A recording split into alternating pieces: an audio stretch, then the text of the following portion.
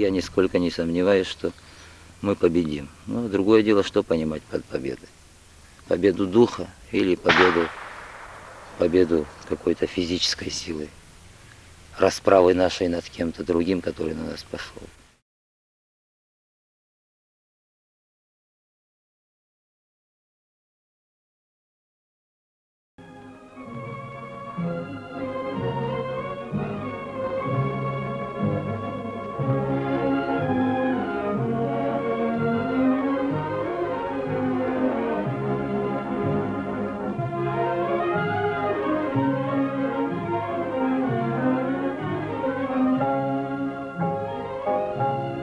Это был 86-й год. Надо, чтобы здесь 50- и 60-летние сидели.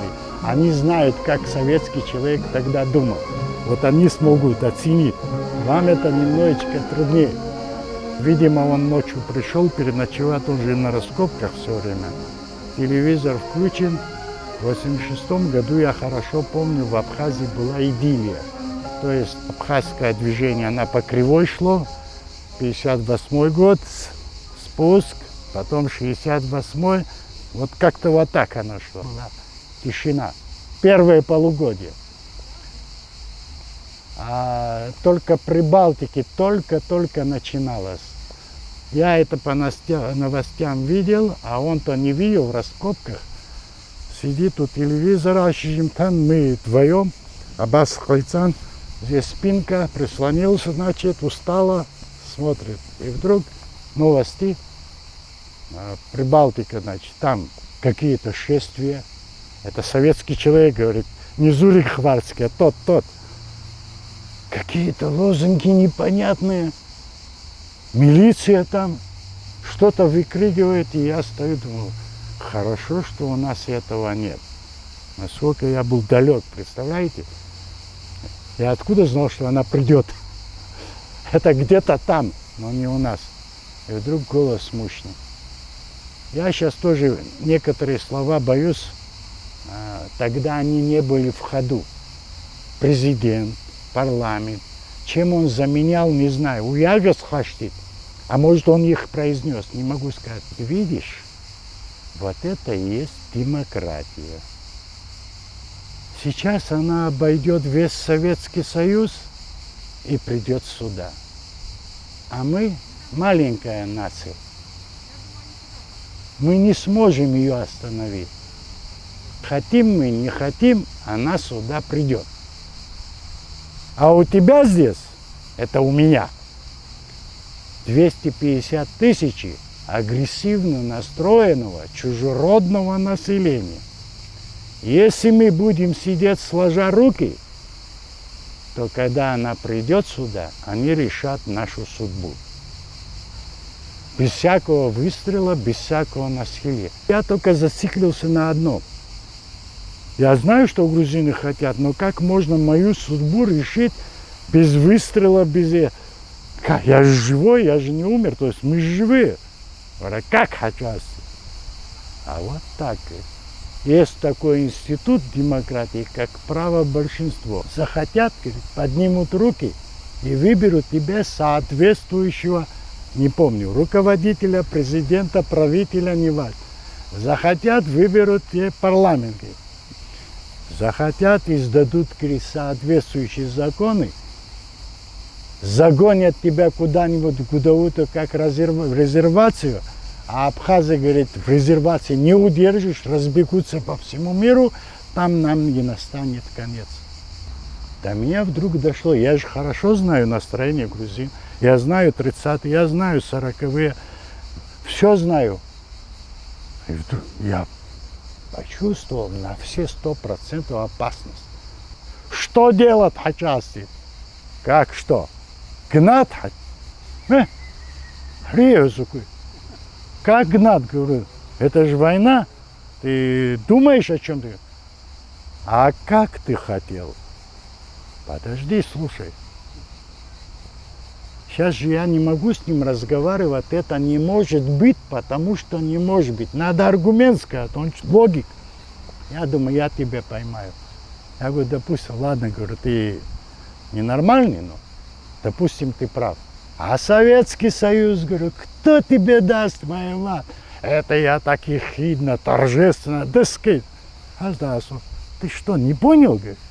Когда демократия сюда придет, говорит, Советского Союза не будет.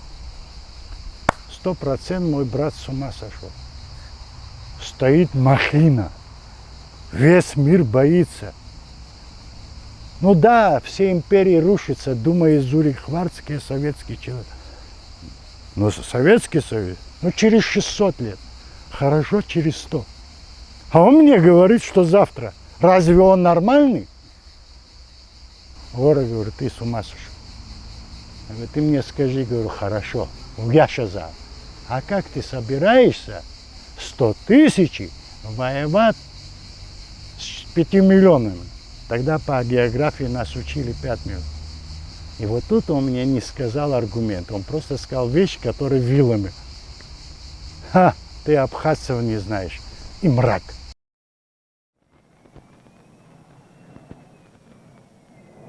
Начало перестройки единственный человек, который перестройку воспринял как проблему для нашей нации, был он. То есть он считал, что есть какие-то риски, он знал, что это процесс, который уже невозможно свернуть. Он считал, что надо какие-то решения принимать и подготовиться к тем проблемам, которые могут быть для нашей нации в перспективе. Я считаю, что для такого значимого великого человека, как Мушнин Хварцкий, а вот его эпизоды жизни будут важны всегда, и знание никому не помешает, а уже как будем мы его трактовать, его поступки, это уже следующее поколение оценит. Обычно группа, которая объединяла с Мушним, активная часть молодежи того времени собиралась в Амре. Вот вдруг, говорит, война начнется. И вот каждый из вас что будет делать? Из 5 4 сказали, что они возьмут оружие и пойдут в горы. А он говорит, вот это и есть самая глобальная проблема в Абхазии. Потому что пойти в горы, это означает проиграть войну. Кто не может организоваться на современном уровне сопротивления, не может выиграть войну. Он говорил так, храбрые, смелые могут прославиться, могут совершить чудеса героизма, но войну никогда они не выиграют. Они выигрывают сражения. Войну в основном выигрывают богатые, знающие свое дело. Ну и храбрые, смелые, это понятно. Для него деньги имели смысл только вот в рамках сопротивления. Ну, он как говорил, что у нас 2 раза больше населения в Абхазии, чем абхазов, да, которые категорически против абхазской государственности настроены. Соответственно, это будет проблема, то есть когда будет демократия, никакие квоты мы не получим, один голос будет считаться одним голосом. И, естественно, вот эти там митинги, они не дадут ничего, потому что весь мир считает, что один голос есть один голос. И, соответственно, те, кого больше, те будут решать вопрос. У него были очень серьезные, хорошие взаимоотношения с ленинградским отделением, людей, академиков, которые имеют изобретения. Мы с ним как бы создали предприятие, мы начинали какие-то вот бизнес-проекты. И он приносит распилитель, запатентованное оборудование на карбюратор. Он привозит сюда, мы заключаем договор. И у него была идея, чтобы на ПСОВ сюда, чтобы машины, которые заезжают, они по Абхазии ездили именно с этим распилителем. Но это связано было с экологией. Но, чтобы вы понимали, вот насчет перспективы и вот мышления, мы не смогли это осуществить здесь, потому что были какие-то маленькие трудности, но это было, предполагалось, что оно даст какие-то деньги. А потом вот эти распилители появились в Европе, и вся Европа, вот это Евро-4, Евро-5, да, вот которые там тяжелые металлы, это вот на основании того, что он хотел привезти в Абхазию. Он первым меня познакомил с представителями фирмы «Лукойл». Но «Лукойл» тогда это была когалымская фирма, которая как бы никаких перспектив, ну вот в моем понимании, у них не было, ну из Сибири нефтяная какая-то маленькая компания, которая все такое, ну а сейчас она транснациональная компания. То есть он это просчитал, он знал, что перспектива идет в эту сторону. Но вот первый от него я услышал про киви. Мы одни из первых которые завезли в Абхазию киви. И он часто говорил, когда мы говорили, что нужны деньги, он почему-то говорил, что деньги можно в любом случае найти, не проблема. Идея и, значит, перспектива, чтобы можно было его охарактеризовать. В Очамчирах был крупнейший в Закавказье чайоразвесочный комбинат. Там работал директором Салакая, известная личность, очень богатый человек. Но это был такой самый крупный бизнес в Абхазии. Он мне говорит, ты его знаешь? Я говорю, знаю. Он мне говорит, а вот когда тебя увидит, он как воспримет? Как благо или как проблему?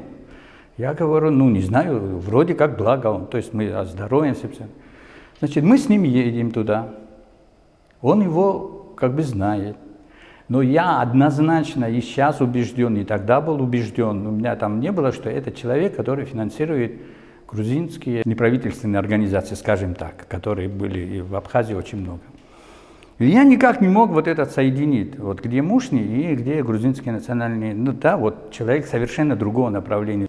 Короче, после 4 часов разговора, интеллектуального, очень интеллигентного разговора, значит, мы пришли, что он Народный форум профинансирует на 300 тысяч. Просто надо соответствующие документы подготовить.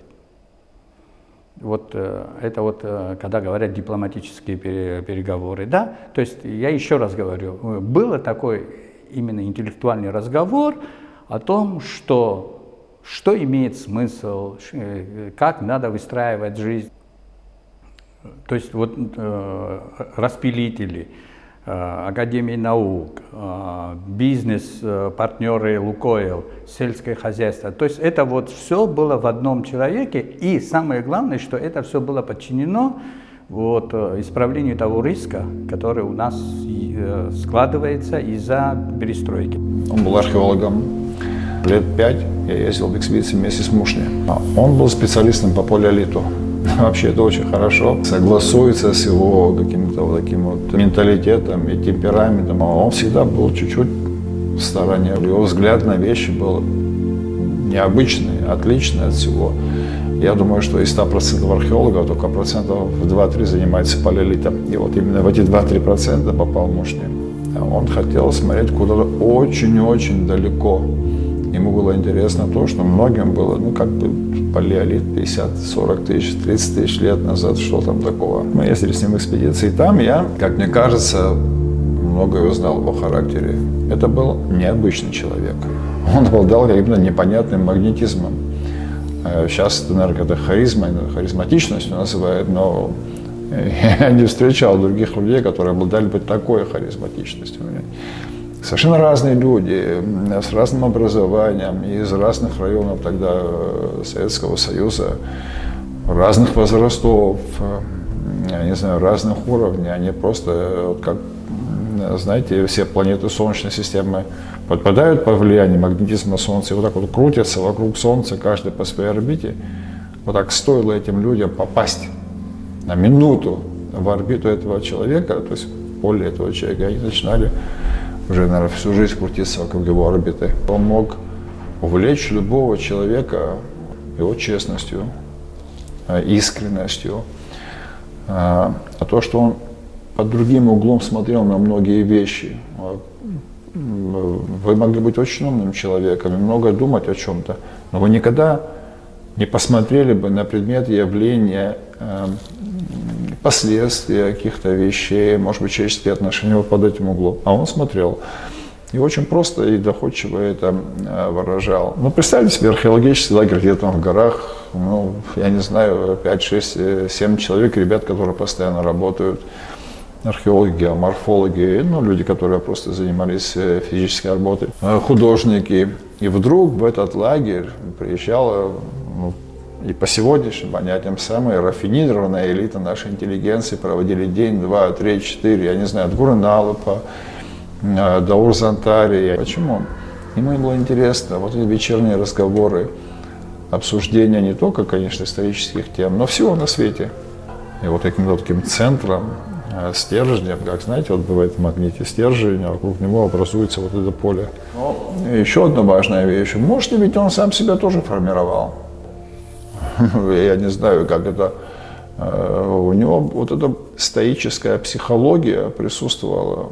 Я не знаю, он при мне никогда не медитировал, но мне казалось, что когда его никто не видит, вот эта вот мозговая деятельность была очень похожа на вот это медитация, я не знаю, йога или еще кого-нибудь.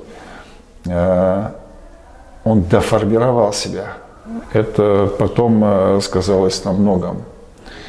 На его подходе к делам, на его мировосприятие, на то, как он мог влиять на деятельность других людей, как он мог организовывать. Он обладал 3 очень важными свойствами. Он мог воодушевлять людей на вещи, которые в обычной ситуации, на которые в обычной, они никогда не решились бы. Первое. Второе. Он игнорировал иногда личные отношения. То есть, что я хочу сказать, если вы в тот или иной момент переставали отвечать каким-то требованиям дела, что бы то ни касалось, он никогда не посмотрел бы на ваши личные отношения, вот так вот подвинул бы в сторону.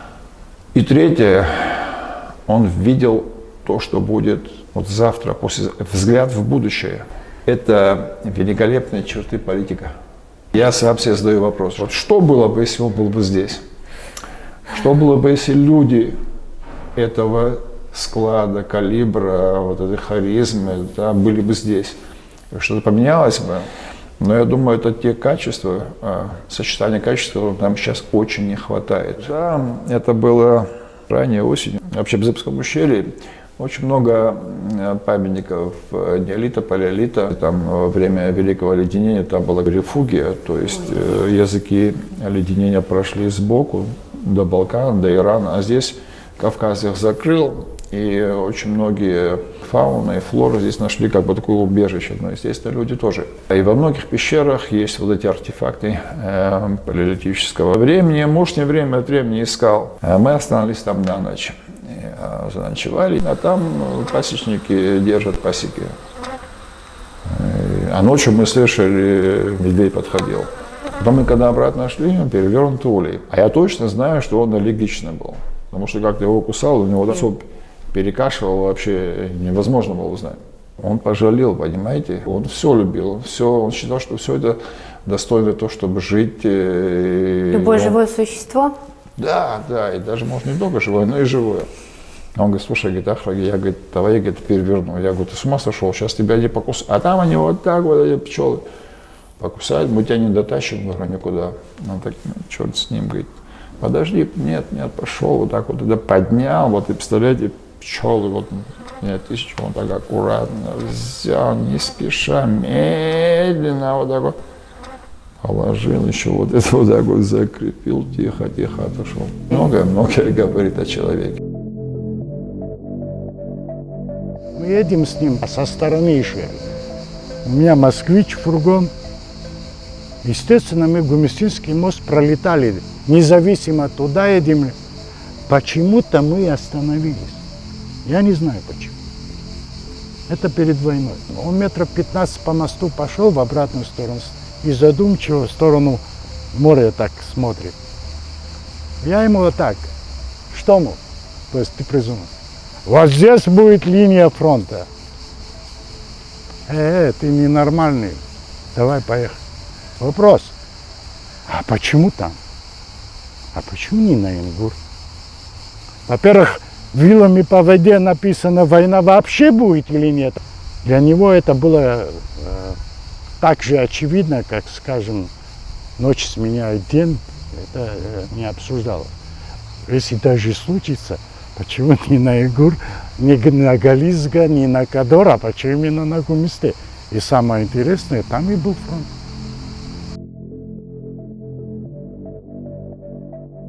Он старше был, но нам всегда он был интересен, молодежи, и мы как-то так на берегу, на набережной познакомились, дружились. И когда вдруг он сказал, придет время, вот эта страна рухнет.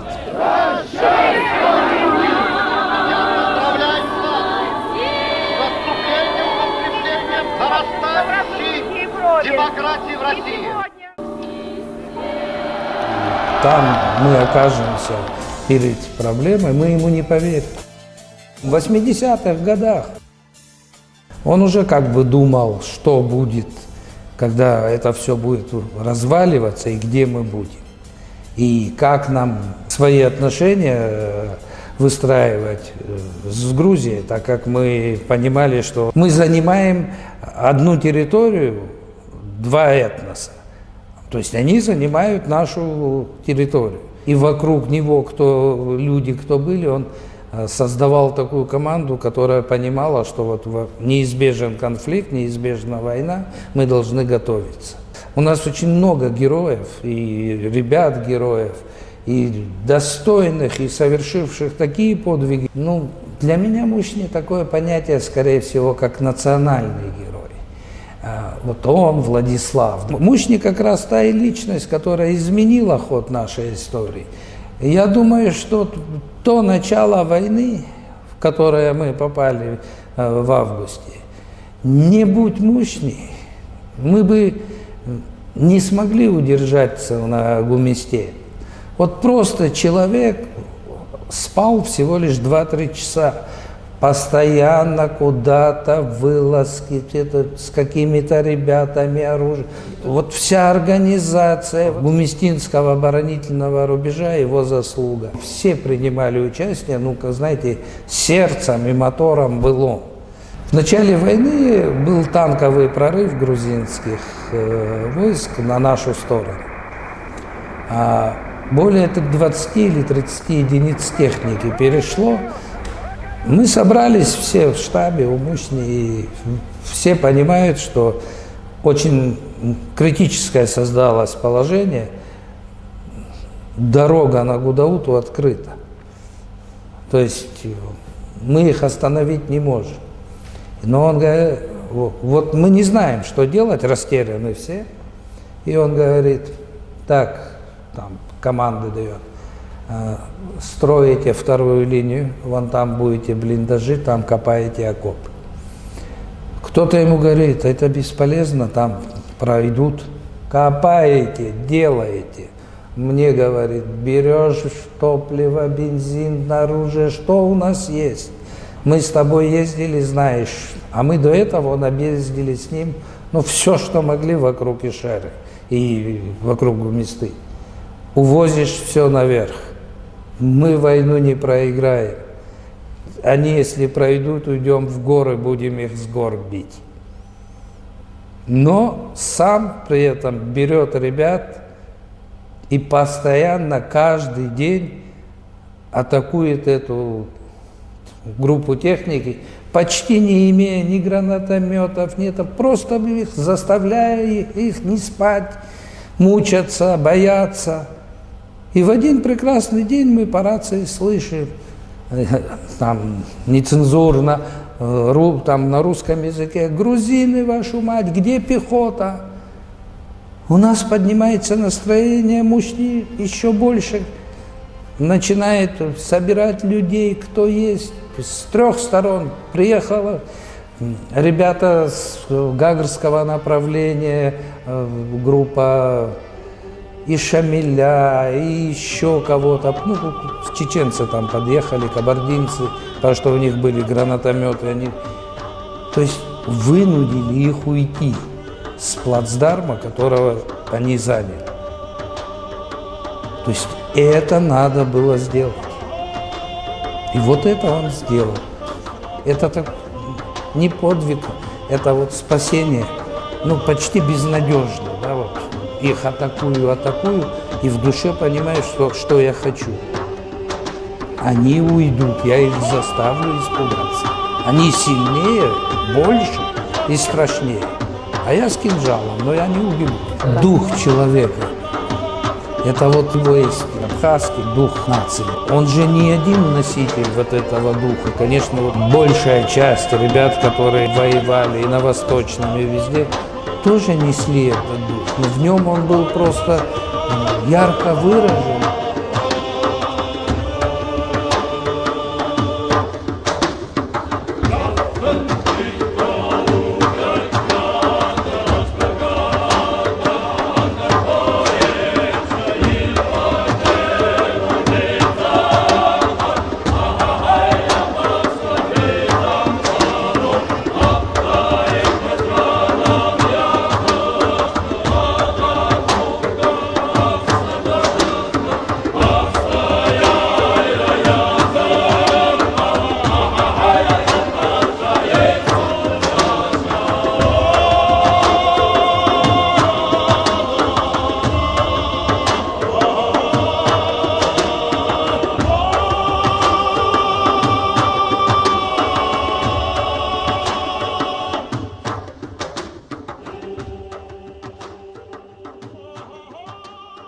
Мы перешли на ту сторону и ждали наш десант. И где-то под утро устали, и мы легли спать. Нас человек 5 было, то есть мы много боялись, что нас заметят, поэтому вышли маленькой группой. И я спрашиваю, такая темнота, тишина, а слева и справа, где-то там в метрах 300 или это стоят грузинские гвардейцы, и мы тихо разговариваем. А у меня такое чувство какое-то нехорошее, как бы, ну, можно назвать его таким, страшок подкрадывается, как отсюда уходить. И я говорю, мужчина, а ты не боишься? Он говорит, нет, я сейчас тебе расскажу. Ну, он подумал, что я не поверю. Я тебе расскажу, говорит, я хотел вам тоже рассказать. Я, говорит, в детстве боялся темноты. Очень боялся темноты. Я говорю, что ты сделал? Он говорит, я взял фляжку воды, залез в пещеру с водой, без спичек, без фонариков. Залез и сел там в темноте. И сидел до тех пор, пока не понял, что а что тут, ничего страшного нет. Вот он переборол свой страх сам. Спасибо за то, что рассказали этот пример. То есть страх можно перебороть? Можно перебороть страх. Для этого сила воли большая.